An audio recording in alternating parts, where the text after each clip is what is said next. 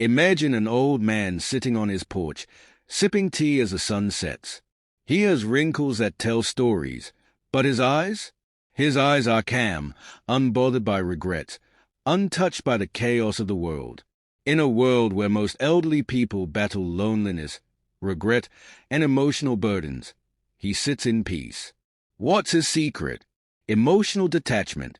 Rajiv was once a man who carried the world on his shoulders, a successful businessman, a devoted father, and a loyal friend. He spent his life investing emotionally in everything and everyone. But as he aged, things changed. His children, busy with their own lives, had little time for him. Friends he once considered family drifted away. The business he built with his sweat was now run by strangers who barely acknowledged him. At 65, Rajiv found himself feeling abandoned and bitter. He spent sleepless nights replaying past sacrifices, wondering why he wasn't valued the way he had valued others. The weight of his emotions crushed him, until he met an old friend, Guruji, who lived in a secluded cottage with an air of unshakable peace. Guruji told him something life-changing. Rajiv, attachment is a root of suffering.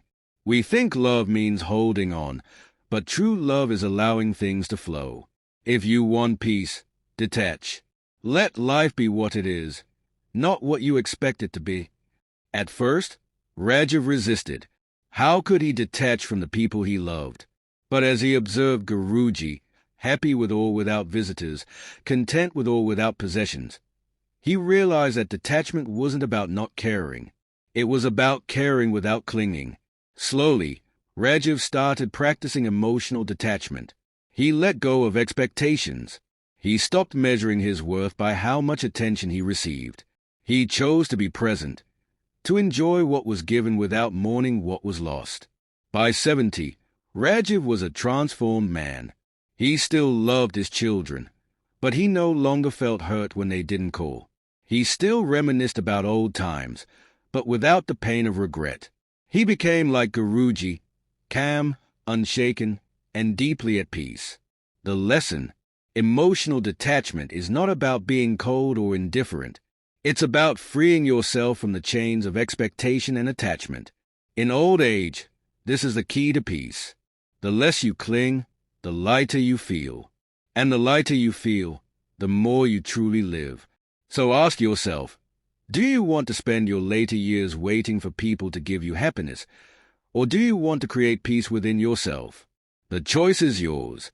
Rajiv's transformation wasn't immediate. At first, he struggled. Every time his phone remained silent for days, a familiar sting of loneliness crept in. When he saw his old business thriving under new leadership, resentment flared. His instincts told him to react, to demand love, to seek validation. But then, he remembered Guruji's words, caring without clinging. So, Rajiv began practicing small acts of detachment. Instead of waiting for his children's calls, he started enjoying his own company. He took up gardening, nurturing plants without expecting anything in return. He picked up an old hobby, painting, letting colors flow freely without worrying about perfection. Slowly, he found joy in things that weren't tied to people or expectations.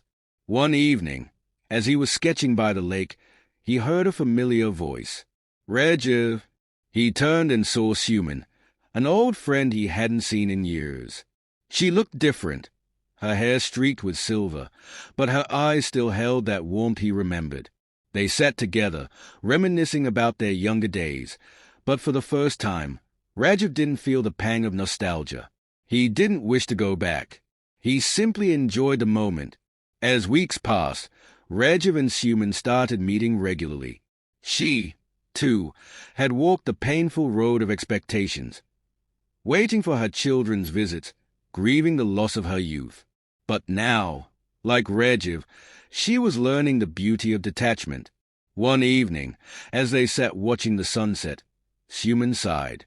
"I used to believe peace came from being surrounded by people who love us. But now, I see it comes from loving life as it is, without needing it to be a certain way." Rajiv smiled. He had finally understood. Years passed, and Regia continued his simple, peaceful life.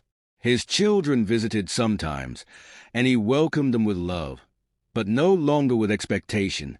Some days, his old friends came by, and other days, he sat alone with his tea in the evening breeze. One day, his son asked, "Dad, aren't you lonely?" Regia chuckled. "Lonely? No. I'm finally free." And in that freedom, he found a kind of happiness that no one could take away. As the years passed, Regia's life became a quiet rhythm of simple joys. He would wake up early, sip his tea, and watch the birds dance in the sky. His days were filled with painting, tending to his plants, and long walks by the lake.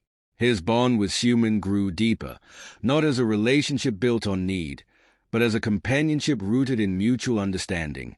One winter evening, as Regia sat outside watching the sunset, his son, Arjun, arrived unexpectedly.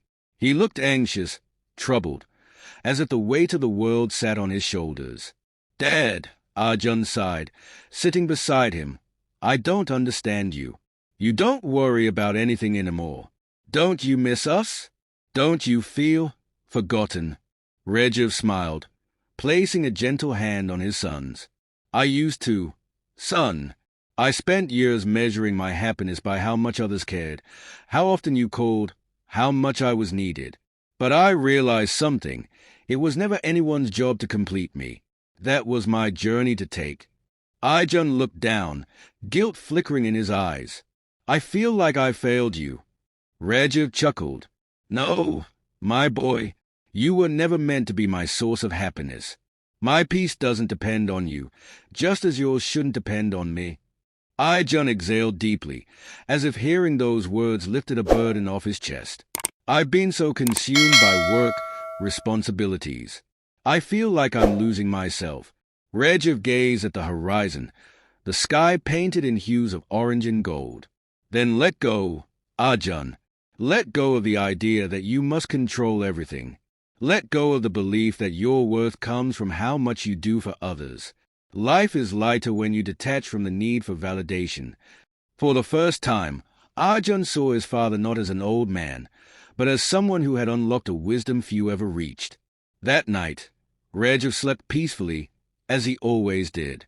But the next morning, when Suman came to check on him, she found him sitting in his chair, his hands resting gently on his lap, a serene smile on his face.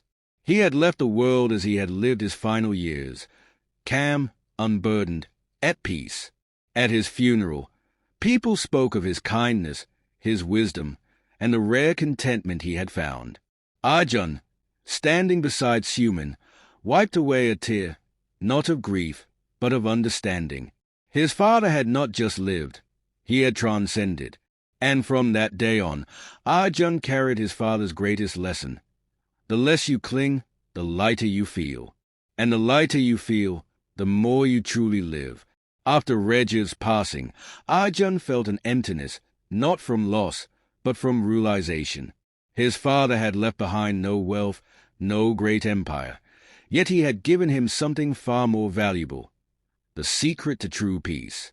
For weeks, Arjun found himself returning to his father's home, sitting in the same chair where Regia had spent his final days. He would look out at the lake, sip tea in silence, and reflect on his father's words. One evening, as he sat there, Suman joined him. She placed a small notebook on the table. "He used to write," she said softly, "not for anyone, just for himself." Arjun hesitated, then opened the worn-out pages. Inside, he found thoughts, reflections, and lessons his father had recorded over the years. One entry stood out. "The world teaches us to chase, to hold, to expect. But real peace is in letting go. Love without attachment. Give without expecting. Live without fearing the end. That is the only way to be truly free." Tears welled in Arjun's eyes. His whole life, he had been running, after success, after approval, after security. But his father had spent his final years in stillness, and in that stillness, he had found everything Arjun had been searching for. That night, something changed in him. Ijun returned to his fast-paced life, but he was no longer the same. He stopped trying to control every outcome. He stopped feeling guilty for not meeting every expectation. He no longer measured love by how often someone called or how much they did for him. At work, he became calmer, no longer reacting to stress the way he once did. At home, he learned to be present, truly listening to his wife and children instead of always thinking ahead. One day, his young daughter climbed onto his lap and asked, "Daddy, why do you smile so much now?" He chuckled, remembering the way his father used to smile. "Because I finally understand what Grandpa knew all along," he said. "Happiness isn't in what we hold on to. It's in what we're willing to let go of." And so, Reg's legacy lived on, not through wealth or possessions, but through the quiet peace he had passed down. Years later, when Ijun himself grew old, he found himself in the same chair by the lake, sipping tea, watching the sunset, just as his father had. He had no fears, no regrets, only peace. And in that moment, he knew he had finally become his father's son. Decades passed, and life continued its quiet, inevitable rhythm. Ijun, now in his 70s, had become much like his father, calm, unshaken by the worries that once consumed him. His children had grown, busy with their own lives, and he understood this with a heart free from resentment. He no longer waited for their calls or visits. When they came, he welcomed them with love.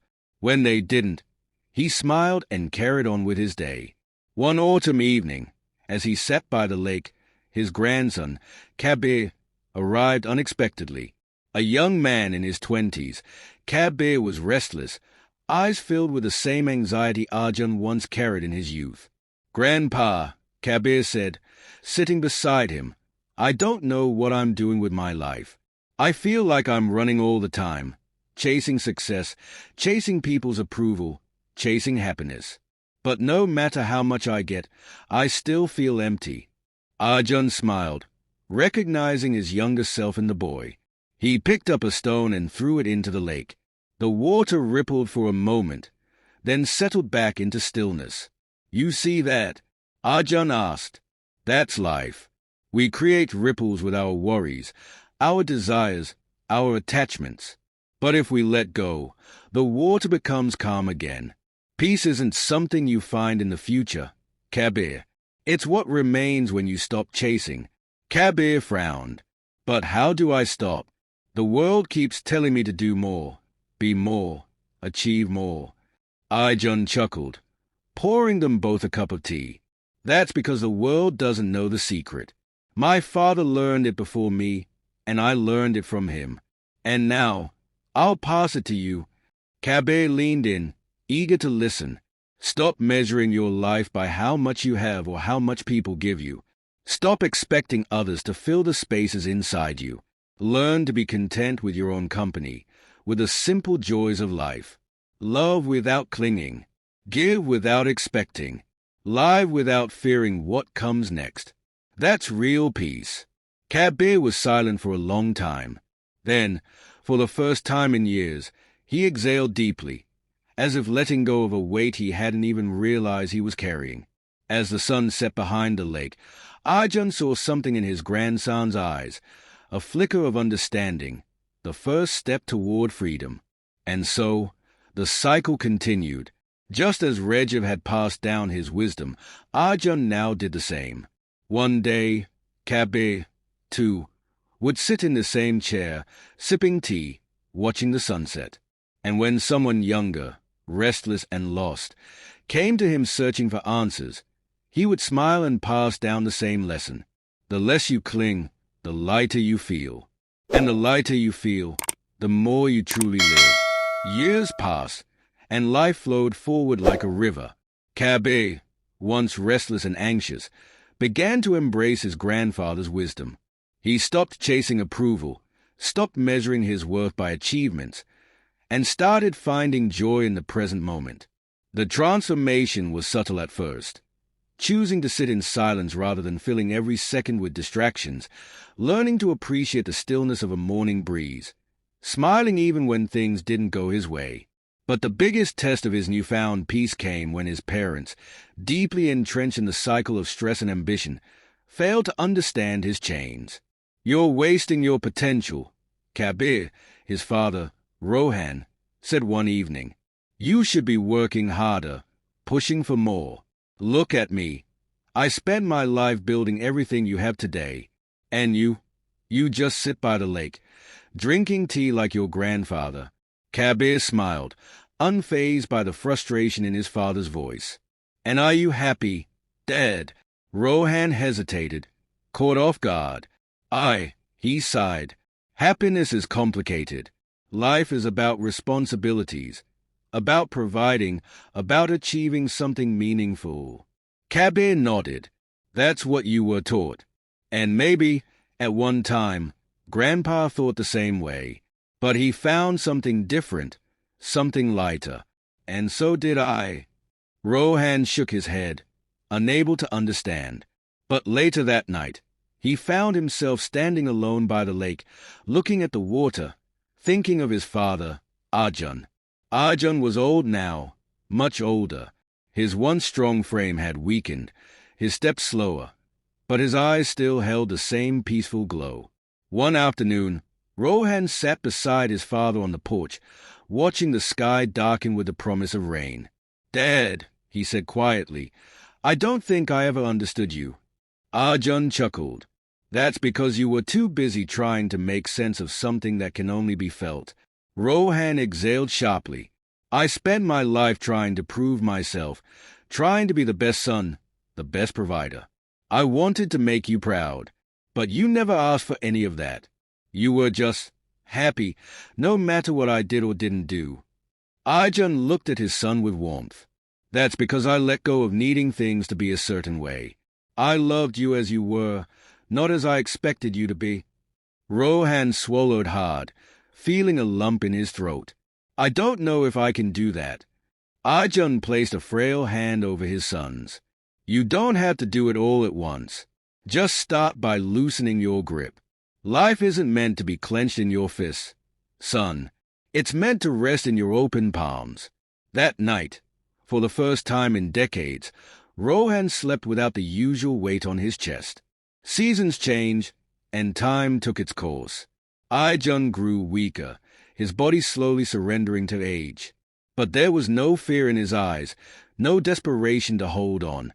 When the doctor told the family that Arjun's time was near, Rohan, Kabir, and the rest of the family gathered around him. Suman, now aged but still by his side, held his hand. "Are you ready, old friend?"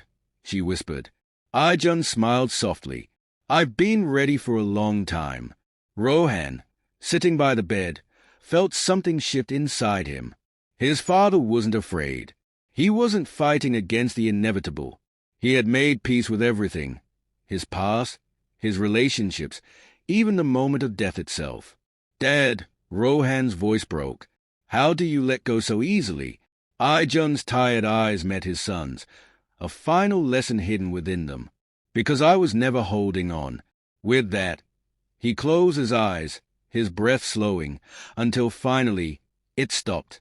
There was no struggle, no pain, only peace. Arjun's funeral was simple, just as he would have wanted. There were no elaborate ceremonies, no overwhelming grief, only a quiet, heartfelt farewell. After everyone left, Rohan and Kabir sat by the lake, just as their father and grandfather had before them.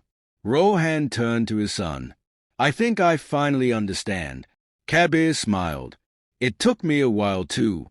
For the first time in his life, Rohan felt something he had never known before, a lightness, an acceptance of life as it was, not as he wished it to be. He thought of his father's words. "You don't have to do it all at once. Just start by loosening your grip." And so he did, as the sun set over the lake. Rohan closed his eyes and let the wind carry away the last of his burdens. And just like that, the lesson lived on, passed from Reja to Arjun, from Arjun to Rohan, and now, from Rohan to Kabir. Years passed, and Kabir carried his grandfather's wisdom like a quiet flame in his heart. He had seen how peace was passed down, not as words alone, but as a way of living, a quiet strength that required no force. Rohan, once hardened by ambition, had changed too. He no longer lived as a man constantly striving, but as someone who had finally learned to enjoy life as it came. He still worked, still provided, but now without the weight of expectation. He no longer measured his worth by his achievements, but by his ability to be present. One summer afternoon, Kabir sat by the lake, watching a group of children skipping stones. He smiled, remembering how his grandfather had once thrown a stone into the same water to teach him about the ripples of life. Deep in thought, Kabir turned to see his younger sister, Mira, standing behind him. She was in her late 20s, caught in the same restless storm that Kabir had once felt. "I don't know what I'm doing, Kabir," she admitted, sitting beside him. "I work hard, I push myself, but I feel empty, like I'm chasing something that's always out of reach." Kabir looked at her, recognizing the same confusion that had once haunted him. He reached down, picked up a small stone, and tossed it into the water. The ripples spread outward, then slowly disappeared, leaving the surface smooth again. Mira watched, then sighed. "Grandpa taught you that, didn't he?" Kabir chuckled. "He taught all of us. It just took some of us longer to listen." Mira leaned her head against his shoulder. "Do you think I'll ever feel that kind of peace?" He smiled. "Not by chasing it. Peace isn't something you run after, Mira. It's what happens when you stop running." She was quiet for a long time, letting his words settle. And in that moment, Kabir knew his grandfather's wisdom had taken root in yet another heart. The years rolled on, as they always did. Rohan grew older, his once strong hands now wrinkled like his father's had been. But unlike Arjun, he hadn't spent his final years fighting against time. He had embraced them, just as his father had. One evening, Kabir found his father sitting alone on the porch, watching the sunset. "Thinking about Grandpa?" Kabir asked. Rohan smiled. "Always." Kabir sat beside him. They didn't need to speak much. Silence was no longer uncomfortable. It was peaceful. After a while, Rohan sighed. "I used to fear getting old. I thought it meant losing everything. But I see now, the only thing we ever lose is what we cling to." Kabir nodded. "Grandpa would be proud of you." Rohan chuckled. "No, son." He would just smile and say, "Took you long enough." They laughed, and in that laughter was something unspoken, a shared understanding that life, in all its impermanence, was still beautiful. Years later, when Rohan's time came, there was no struggle, no regret. He had lived, he had loved, and he had let go. Kabir, now older, sat by the lake once more. Mira, with her own children, watched him from a distance, remembering the day he had tossed a stone into the water and given her her first lesson in peace. She walked over and sat beside him. "Does it ever end?" she asked. Kabir smiled, watching the ripples fade into stillness. "No." And that's the beauty of it. The lesson, the wisdom, the peace, it would live on, pass from one heart to another, just as it always had. Years passed, and Kabir carried the quiet wisdom of his ancestors, just as Rajiv, Arjun, and Rohan had before him. He lived without the weight of expectation, without the need to chase, and in doing so, he found a life full of peace. Mira, once restless, had also learned to embrace the lessons passed down. She raised her children differently, not pushing them to chase success, but teaching them to find joy in the present moment. One evening, as Kabir sat by the lake, now an old man himself, his nephew, Veer, approached. The young boy had the same uncertainty in his eyes that generations before him had carried. "Uncle," Veer asked, "what if I never figure life out? What if I never feel at peace?" Kabir smiled, his voice gentle with age. "Then stop trying to figure it out. Stop searching for peace as if it's something to be found. It's always here, waiting for you when you stop running. Veer frowned. But how do I stop running? Kabir picked up a stone, just as his grandfather had done before him, and tossed it into the water. They both watched the ripples spread and fade until the surface was calm once more. Like this, Kabir said, let go, and let life settle on its own. Veer didn't fully understand, not yet, but Kabir knew he would, in time. Just as Arjun had guided Rohan, just as Kabir had guided Meera, the lesson would live on. As the years passed, Kabir, like those before him, grew old and eventually left the world with the same quiet grace. But the wisdom he had carried did not die with him. It continued, flowing through Veer, through Meera's children, through all those who had learned the secret of true peace. Reactive, once burdened by expectations, found peace in detachment. His son, Arjun, learned from him and passed the wisdom to Rohan, who struggled but eventually embraced it. Kabir inherited the lesson and taught Meera, who carried it forward. And now, the wisdom lived on in the next generation. The message remained the same through time. Let go. Stop clinging. Stop chasing. Live lightly. In that stillness, peace is always waiting. And so, the story did not end. It simply flowed, like the ripples in the lake, forever moving, forever returning to stillness.